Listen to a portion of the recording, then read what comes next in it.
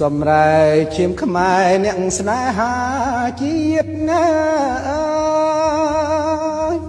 ស្រាឆៅម្ដងទៀតល្អជាតិខែមរាក្រកឡើងកូនខ្មែរស្រុកស្រែចំការជួយវាយប្រហា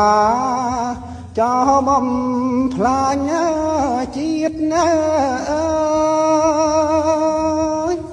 កុំចាត់ឲ្យអស់ឈាមថោកចំហើយកុំបោះអងដៃស្ងៀមតទៅទៀតបើស្លាប់ក្នុងនាមស្មោះត្រង់ជាតិស្លាប់10 ដងទៀតរត់តែប្រសាបានសូមជូនពរដល់សប្បុរសជនបាទដែលបានឧបត្ថម្ភដល់រូបខ្ញុំបាទមានអីផ្នែកជូនទេមានតែចម្រៀងមួយបទនេះឯង